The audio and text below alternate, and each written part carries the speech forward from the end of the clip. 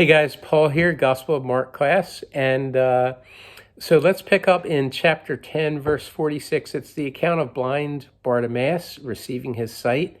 And this is actually the last healing miracle that Mark records in his gospel. So let's look beginning at verse 46. I'll read a few verses and then we'll break it down. It says that, now they came to Jericho.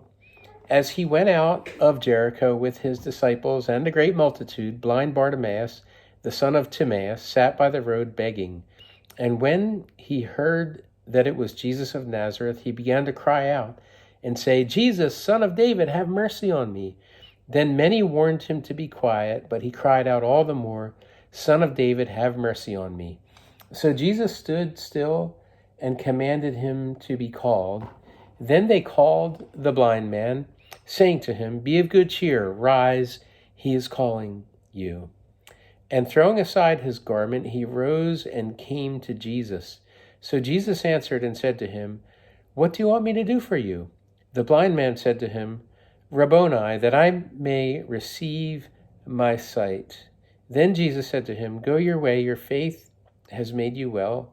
And immediately he received his sight and followed Jesus on the road. So the account of blind Bartimaeus, again, it's the last healing miracle that Mark records. And we have this picture here. They came to Jericho. And as he went out of Jericho, the idea is they're leaving Jericho with his disciples. And there's this great multitude that are following now.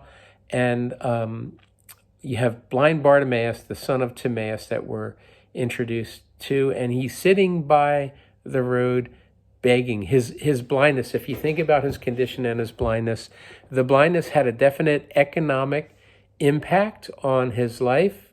He sat by the road begging. That was his life every day, day after day. You think about his social life and just all the ways that he was limited because of this blindness. And all of a sudden there's the sound of a great multitude. You ever hear a crowd of people, there's always, a din of voices and all the voices blending together. It's almost like a roar sometimes. And so all of a sudden there's this great multitude. It's Jesus, his disciples, and then all these people following. And there's probably quite a bit of noise and excitement. And blind Bartimaeus here, he's evidently heard of Jesus before and heard of some of the things that he's done. And lo and behold, here he is walking by. And so verse 47 says, when he heard that it was Jesus of Nazareth, he began to cry out and say, "Jesus, Son of David, have mercy on me."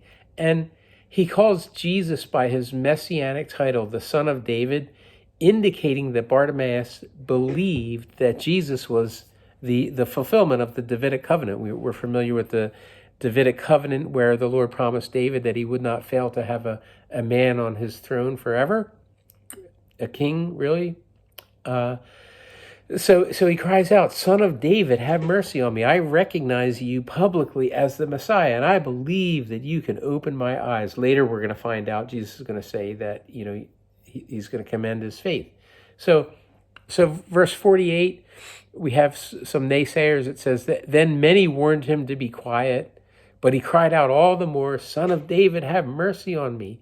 And there's nothing that can silence him. Jesus is passing by, and this is the most important moment of his life. He has the opportunity to reach out and touch Jesus, and he's not going to let anyone or anything stand in the way of that, even though he is blind, sitting by the road. So he attracts Jesus' attention. Verse 49, it says, so Jesus stood still and commanded him to be called.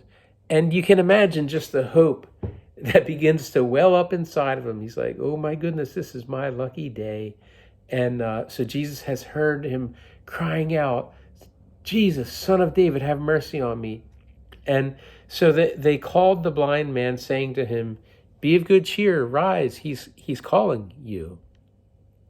And throwing aside his garment, he rose and came to Jesus. So this, maybe it was, I don't know, a security blanket or something, I don't know. But he throws his garment aside and he rises up and he comes to Jesus. Maybe there's someone leading him by the hand, or we don't know there. And he's brought before Jesus, and Jesus answers and said to him, "What do you want me to do for you?" And imagine that if Jesus said that. "What do you want me to do for you?"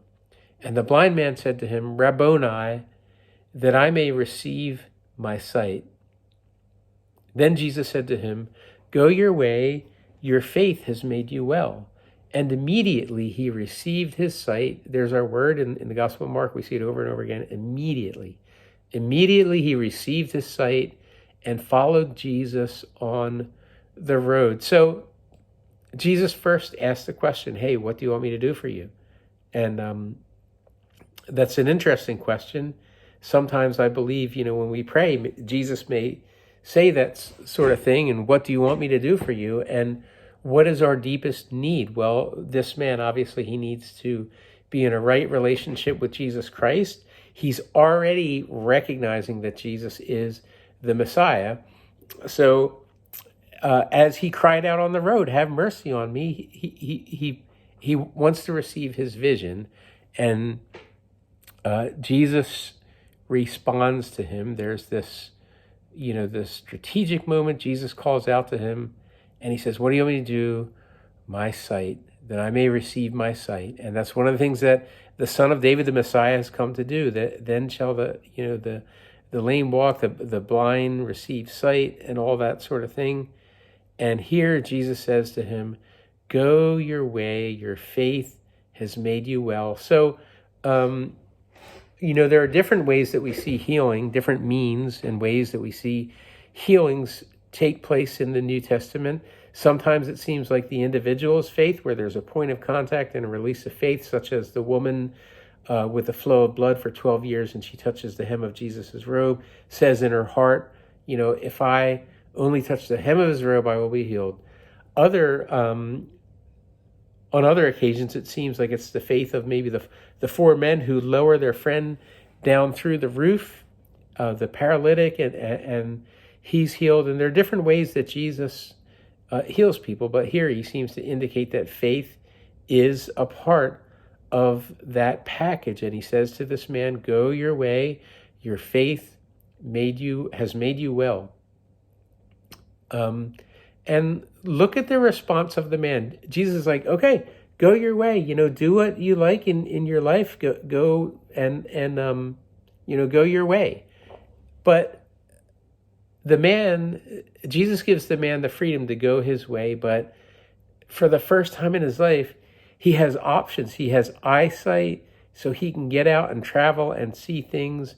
And for now, at least, it seems like what he does is he chooses to leave Jericho behind, and he follows Jesus on the road, and we presume he follows him to Jerusalem.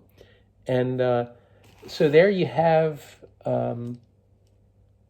this account of blind Bartimaeus receiving his sight, and he recognizes that Jesus is the Messiah by calling him the Son of David. Jesus says, "Go your way," but he chooses to follow Jesus, and it's a beautiful picture.